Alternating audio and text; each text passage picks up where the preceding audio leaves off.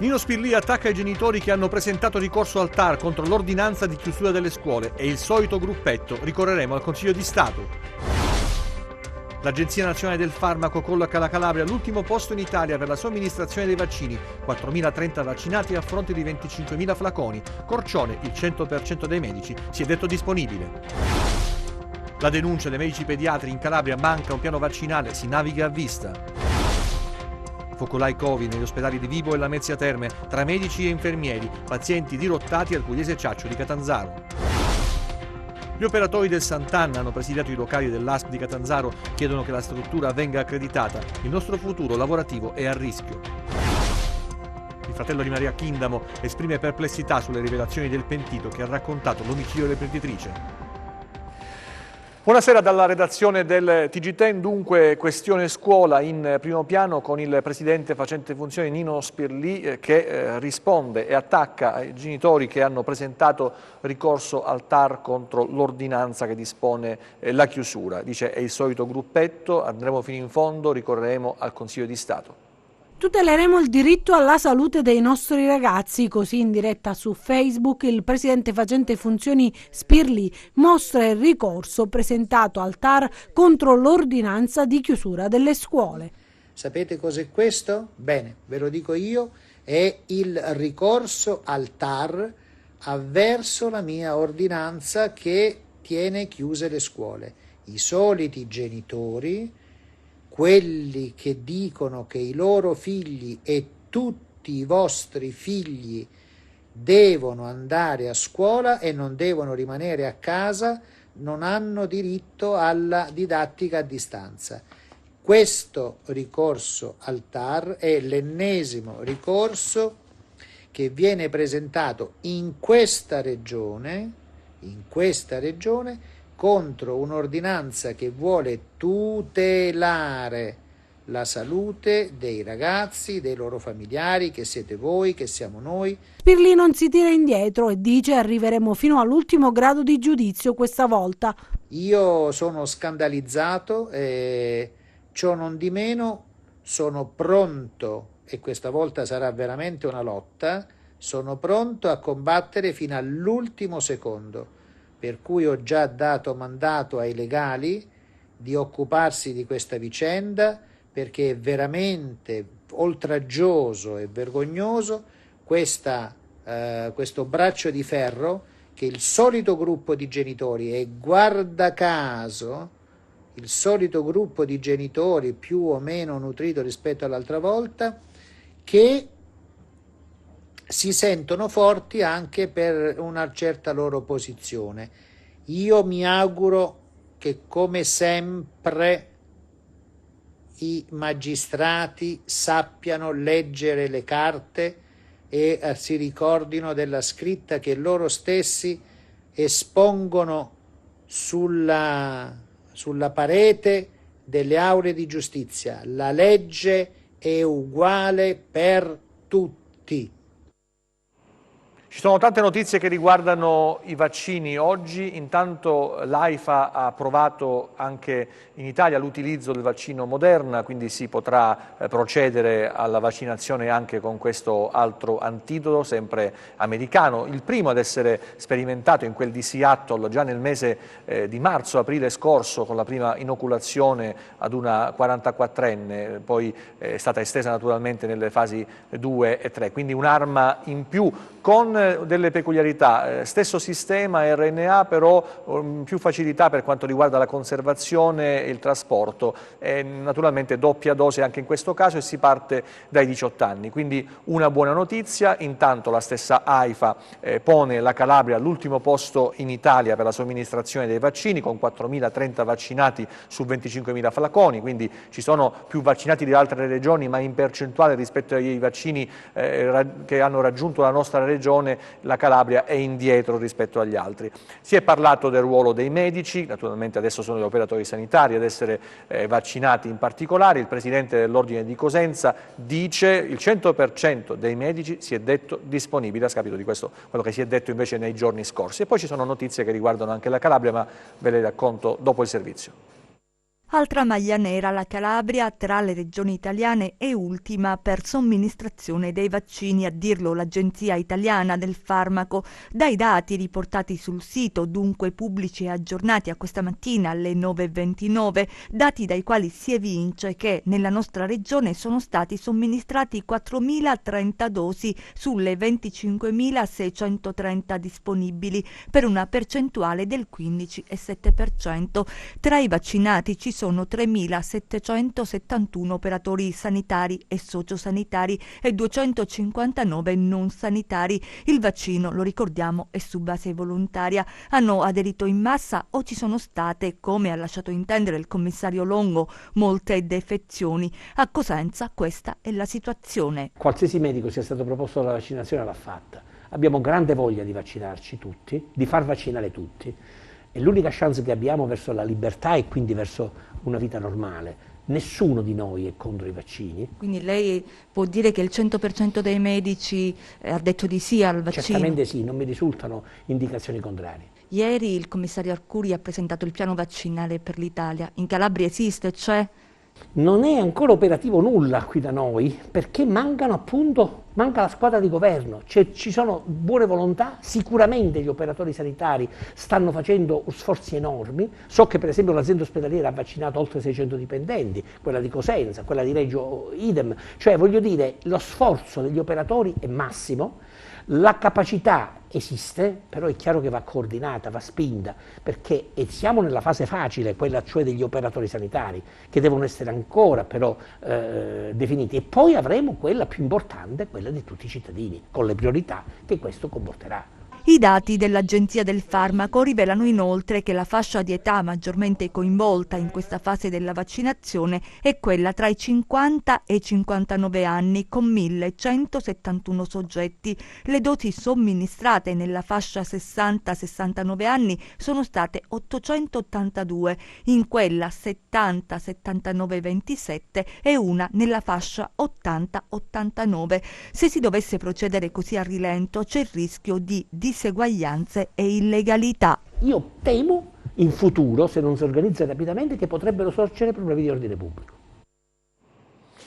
Ci sono delle novità, dicevo, per quanto riguarda la vaccinazione anti-Covid, che in questa prima fase, con un accordo fra la Regione e il commissario alla sanità, sarà estesa anche agli operatori delle case per anziani, a quelli del 118, dei servizi di emergenza e urgenza e al restante personale delle strutture ospedaliere pubbliche, private, accreditate, classificate, a specialisti ambulatoriali, medici di medicina generale, pediatri di libera scelta e assistenti, medici in formazione, specializzanti, tirocinanti, farmacisti di comunità e assistenti, informatori scientifici, volontari a supporto di attività sanitarie, operatori di studi medici veterinari e odontoiatrici, operatori di laboratori privati accreditati. Questo appunto l'esito dell'incontro tra il Presidente facente funzione di Spirli, gli assessori Gallo, Stomarso, Talarico e il commissario d'ACTA della Sanità Guido Longo. E poi in ultimo c'è la notizia, qua si parlava dell'attesa per il vaccino Pfizer che è finita perché abbiamo l'autorizzazione da parte dell'AIFA,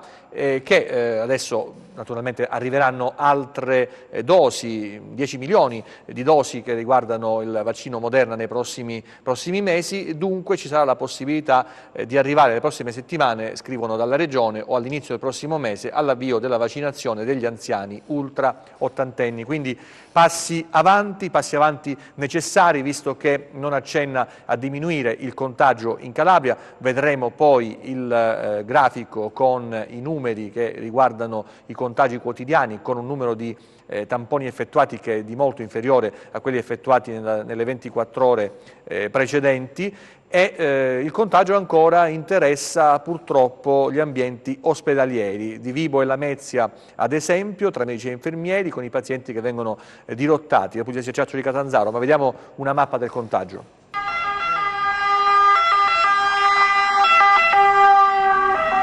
Mentre la Calabria aspetta di sapere in quale colore sarà destinata nei prossimi giorni, la situazione relativa ai contagi desta non poca preoccupazione. Mai come in questo momento a far tremare sono i numeri che si registrano nei piccoli centri calabresi. Da giorni, ad esempio, i pazienti vibonesi continuano ad essere dirottati verso il reparto di malattie infettive dell'ospedale pugliese, che sta accogliendo, in particolare, le persone provenienti da Piscopio, dove è scoppiato un focolaio, quasi 350 positivi su 1100 tamponi effettuati, con la prima vittima registrata nelle ultime ore, una donna di 85 anni. In sofferenza il centro Covid allestito allo Iazzolino, che ha subito negli ultimi giorni una riduzione dei posti letto, che da 26 sono stati ridotti a 16 per casi registrati sul personale medico-infermieristico, costringendo a ridurre l'assistenza e di conseguenza il presidio ospedaliero vibonese fatica a gestire i pazienti gravi, costretti a dirottarli al pugliese di Catanzaro, che si conferma leader assoluto per l'area centrale della Calabria. Analoga situazione si registra al nosocomio Lametino. Dopo un contagio avvenuto tra il personale medico e infermieristico, l'ASP è stata costretta a diminuire anche qui la disponibilità di ricovero del Giovanni Paolo II e alle ultime voci che volevano il reparto Covid di Lamezia Terme prossimo alla chiusura interviene il primario del reparto stesso, il dottor Gerardo Mancuso, che dice: abbiamo bloccato i ricoveri, non abbiamo chiuso il reparto, abbiamo soltanto chiesto a Catanzaro di aiutarci in questa fase. Le degenze faticano a svuotarsi, la seconda ondata fa sentire ancora i suoi terrificanti effetti e intanto scende sugli ospedali calabresi lo spettro di una possibile terza ondata in arrivo e la paura di non riuscire a gestire la mole di contagi. Vediamo appunto il bollettino che riguarda la giornata di oggi con l'estrema sintesi, i numeri della giornata. In Calabria ad oggi sono stati sottoposti a test 434.578 soggetti, più 1.747 rispetto a ieri. Le persone risultate positive al coronavirus sono 25.747, più 361 rispetto a ieri. I casi confermati oggi sono così suddivisi: a Cosenza 50, a Catanzaro 59, a Crotone 32, Vibo Valentia 85, a Reggio Calabria 135, da altra regione sotto estero 0. I ricoveri sul territorio regionale ad oggi sono 239 nei reparti di malattie infettive e 21 nelle terapie intensive, 6 vittime nelle ultime 24 ore, 505 in totale dall'inizio della pandemia. E cresce il numero di positivi ad Altomonte. Nel Cosentino il sindaco Gianpietro Coppola rassicura comunque i cittadini. Altomonte rischia la zona rossa, le feste natalizie lasciano la pesante eredità di positivi, c'è preoccupazione nel centro che conta circa 4.000 abitanti in provincia di Cosenza e il sindaco a rassicurare i cittadini e fare il punto sul contagio. La situazione ad Altomonte è sotto controllo, dobbiamo stare tranquilli e avere la testa serena e a posto, ma questo non vuol dire che i problemi non ci sono. Fino alla scorsa settimana erano stati individuati 2 cluster relativamente a 2 famiglie che sono state individuate, le persone poste in quarantena con i tamponi rapidi positivi. Quelle 8 persone sono state poi avviate ai tamponi di controllo fatti da parte dell'ASP. Purtroppo negli ultimi 2 giorni c'è stata una recrudescenza di casi che sono stati segnalati all'ASP. Sono privati che hanno fatto tamponi rapidi, il cui risultato è stato positivo. Al momento siamo su un numero che varia da 10 a 15, ma che devono essere tutti confermati dai tamponi fatti dall'ASP. Già il Comune aveva comunque avviato lunedì 4 gennaio uno screening che è stato fatto sul personale, i dipendenti comunali, sul personale che opera nelle scuole, si pensava all'epoca che il 7 le scuole si potessero riaprire, e poi un gruppo di persone che c'era stato segnalato da parte dei medici curanti come persone che potevano aver avuto contatti con persone contagiate. Da quello screening sono venute fuori, non dai dipendenti comunali e non dagli operatori della scuola, 3 casi positivi di tampone rapido, anche questi sottoposti a controllo. Invitiamo i cittadini a fare però un'operazione fondamentale. Chi ha sospetto di aver avuto contatti con persone che sono poi risultate positive non deve fare immediatamente, consigliamo di non fare immediatamente il tampone rapido, ma di far passare un periodo di tempo che va da un minimo di 10 ad un massimo di 14 giorni prima di fare il tampone, perché questo è il periodo di incubazione. Se io ho avuto contatto con una persona risultata contagiato ieri e vado a fare il tampone oggi, con buonissima probabilità il tampone rapido risulterà negativo, ma purtroppo non sarà affidabile. Allora, facciamo un passo indietro, torniamo ai vaccini perché c'è una denuncia, un appello ai medici pediatri che parlano di una mancanza di piano vaccinale in Calabria, dove si navigherebbe a vista. C'è un allarme che suscita timore e perplessità in queste ore del mancato piano vaccinale alle nostre latitudini.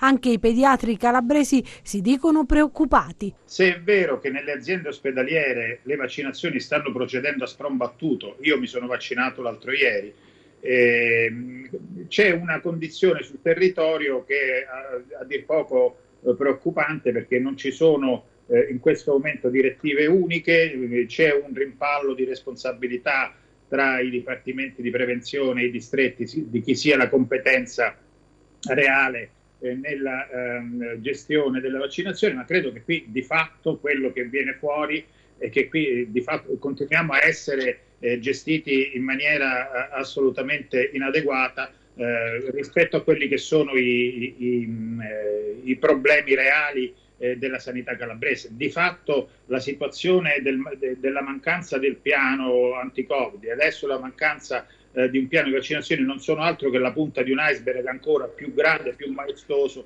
che è quello della mancanza di un progetto di sviluppo per migliorare l'assistenza sanitaria, e anche l'immobilismo degli attuali vertici sanitari credo che insomma non sia rassicurante. Io continuo a dire che questo è anche frutto del mancato coinvolgimento reale dei medici calabresi nella gestione della sanità. Noi ci siamo fatti anche promotori di un'iniziativa che è quella della costituzione di una consulta delle società medico-scientifiche regionali, proprio per dare la possibilità al commissario di avere un punto di riferimento importante per qualunque progetto di riorganizzazione, solo che però non ci chiama nessuno. Sono disposti a vaccinare i propri assistiti, i pediatri, ma nessuno ancora li ha coinvolti in questo tipo di operazione. Oramai il tempo è abbondantemente scaduto. Le dico una cosa, i pediatri perché hanno anche protestato? Perché loro dicono, noi siamo, a parte che sono disponibili a vaccinarsi tutti, ma loro dicono noi siamo disponibili anche a praticare le vaccinazioni ai nostri assistiti. Allora massima disponibilità in questo senso. Bisogna solo che qualcuno però ci chiami e ci dica allora come ci vogliamo organizzare. Sempre per la sanità va avanti la protesta dei lavoratori del Sant'Anna Hospital di Catanzaro, in particolare nel servizio. Per 3 notti hanno presidiato l'ingresso del Sant'Anna Hospital di Catanzaro i lavoratori della struttura sanitaria che rischia la chiusura per il mancato accreditamento da parte dell'ASPA. Per giorni hanno atteso una risposta da parte delle istituzioni, risposta che non è ancora arrivata. Il futuro di 300 padri e madri di famiglia è appeso ad un filo. Questa mattina hanno inscenato una protesta ancora più eclatante.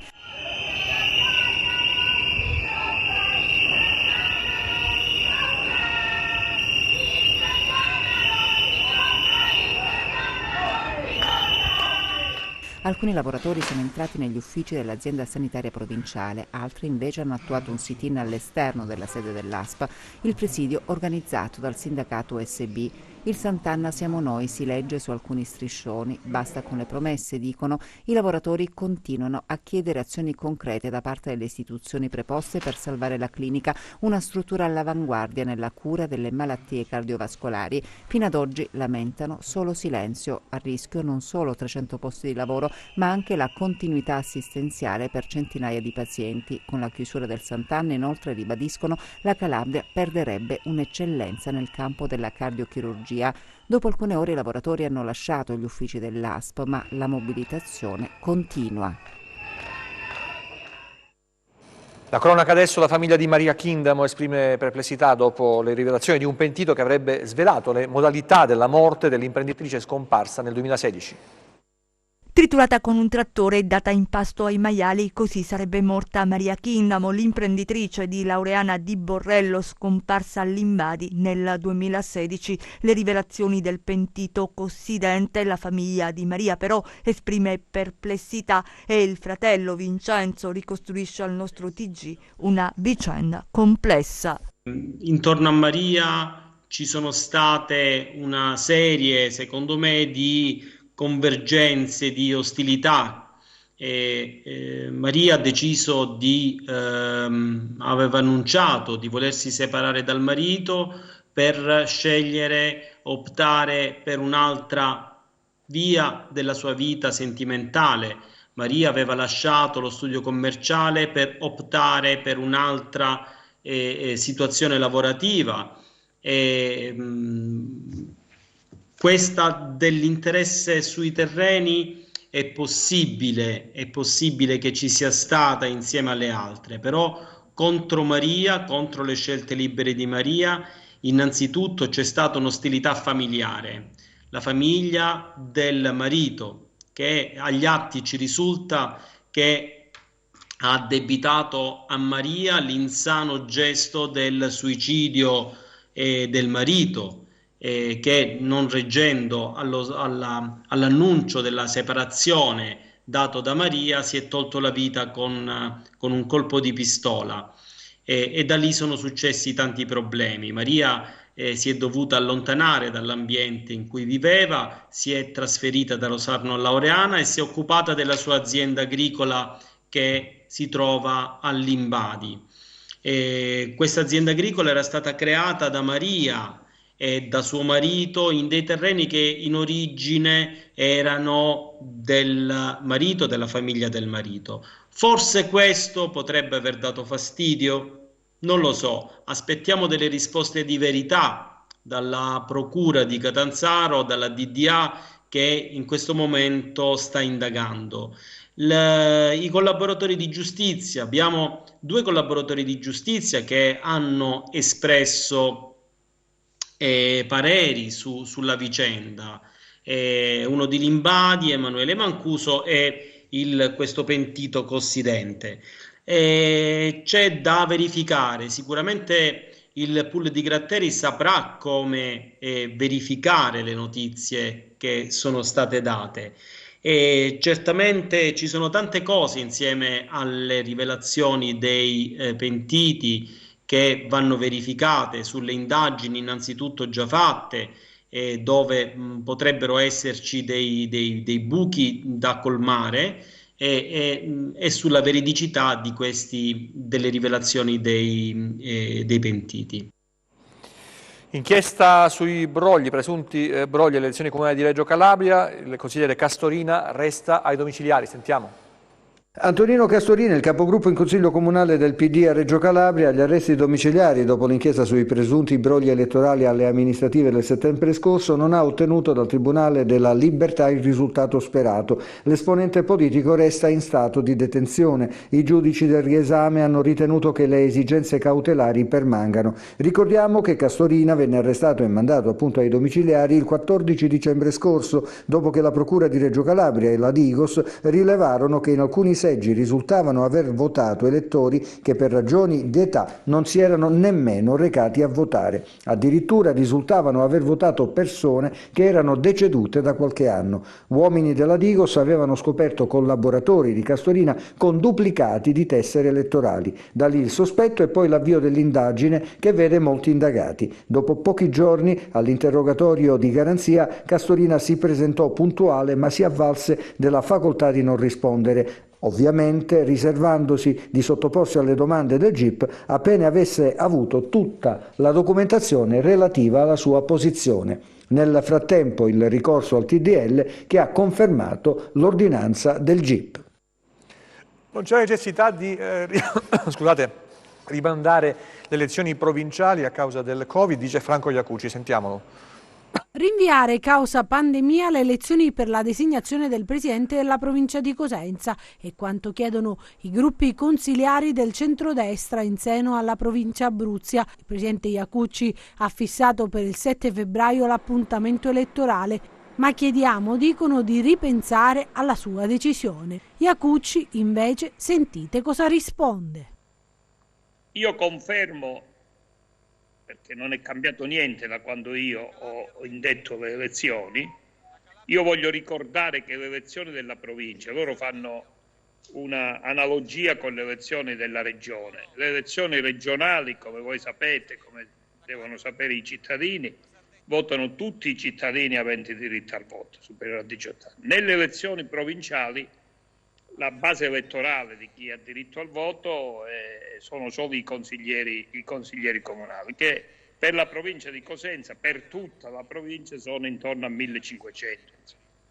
Noi ci siamo preparati, siamo pronti a fare le elezioni con tutte le norme di sicurezza, i provvedimenti di sicurezza, abbiamo aumentato i seggi dove si vota,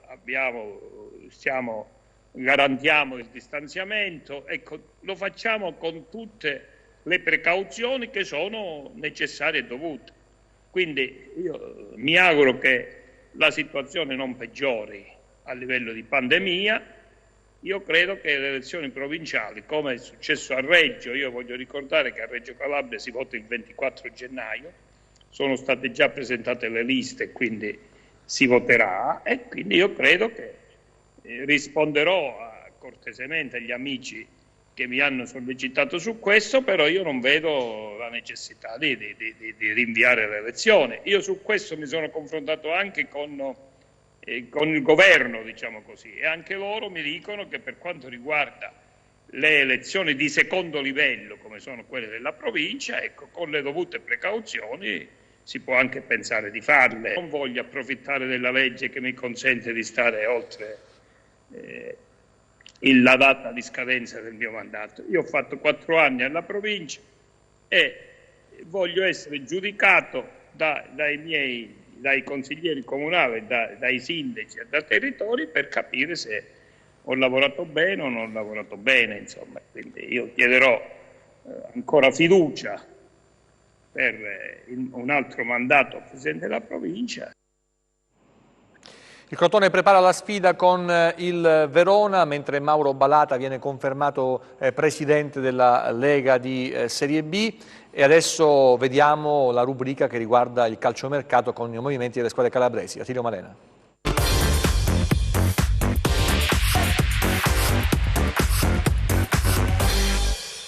Partito del mercato di gennaio, più povero per la situazione legata al Covid-19, ma non meno spettacolare, a partire dal Crotone che è alla ricerca di elementi in grado di far fare il salto di qualità alla rosa di Giovanni Stroppa. Per chi potrebbe entrare, un vecchio pallino che torna di moda da quanto ci risulta, è Simone Edera, che reclama spazio e in uscita dal Torino, preferirebbe rimanere in Italia piuttosto che sposare una soluzione estera. Chi è in partenza non rientra da ormai diversi mesi nel progetto tattico di Giovanni Stroppa è Mustacchio, che era stato sondato dal Cosenza, ma per cui in giornata ha mosso passi importanti il Frosinone di Alessandro Nesta. La regina alle prese con la rivoluzione offensiva, via Vasic in direzione Amrun, lo stesso Mastur, corteggiato dal Carpi in Serie C, era stato sondato il terreno per Fabio Ceravolo, ma la società ha smentito prontamente l'interesse per il ritorno eventuale del figliolo prodigo al Sant'Agata. Per la Porta la prima scelta resta Nicolas, estremo difensore classe 88, in scadenza di contratto con l'Udinese. Il Cosenza invece sa dove intervenire, l'obiettivo è sempre quello di regalare un centravanti a Roberto Chiuzzi. Piaceva il nome di Simone Simeri, ma il Cosenza non intende partecipare ad aste. Il nome più caldo oggi chiama in causa Nicolò Giannetti per la Salernitana, che ha sondato il terreno per Carretta, così come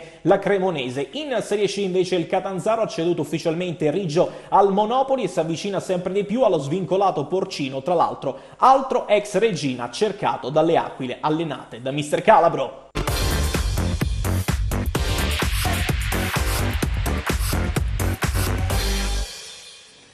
Vediamo adesso la borsa.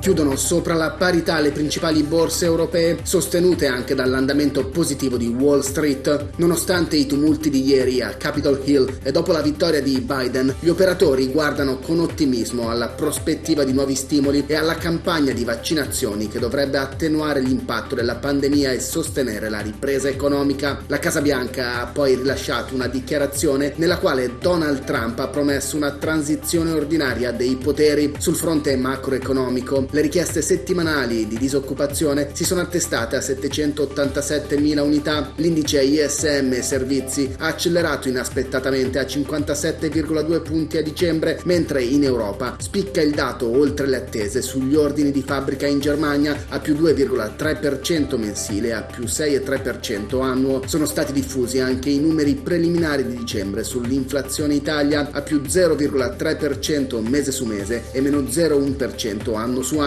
e per la zona euro stabile a meno 0,3% su base annua. Brusco stop invece per le vendite al dettaglio dell'eurozona, in calo del 6,1% congiunturale a novembre e a meno 2,9% tendenziale. Così il FTSE MIB di Milano ha chiuso la seduta a più 0,1%, meglio il CAC 40 di Parigi a più 0,7%, il DAX di Francoforte a più 0,5% e l'Ibex 35 di Madrid a più 0,4%. Positivo ma di poco il FTSE 100 di Londra a più 0,2%. Oltreoceano avanzano il Dow Jones a più 0,9%, l'S&P 500 a più 1,5% e il Nasdaq a più 2,4%. Sul Forex il cambio euro-dollaro è in calo a 1,228 e il dollaro yen è in risalita a 103,8. Tra le materie prime viaggiano ancora in lieve rialzo le quotazioni del greggio, con il Brent a più 0,4% a 54,5 dollari e il WTI a più 0,5% a 50,9 dollari. Sull'obbligazionario il BTP Bund si riduce leggermente a 107 punti base, con il rendimento del decennale italiano allo 0,56%. Tornando a Piazza Affari, tra le aziende più capitalizzate si mettono in luce Biper a più 6,2%, Pirelli a più 3,4% e Buzzi a più 3,2%, mentre Arretra recordati a meno 3,8%. Grazie e buon proseguimento di serata da Market Insight. È il momento delle previsioni del tempo, vediamo.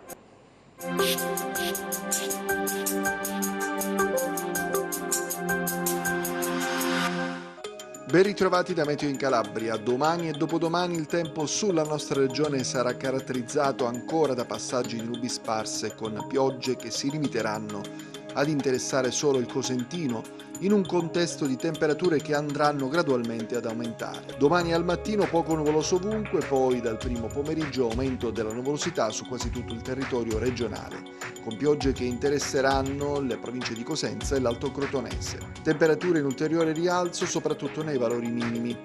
Domani su Basso Ionio venti da sud-ovest moderati, altrove ventilazione inizialmente meridionale per poi cambiare, diventando di direzione variabile. Mai tra poco mossi e mossi.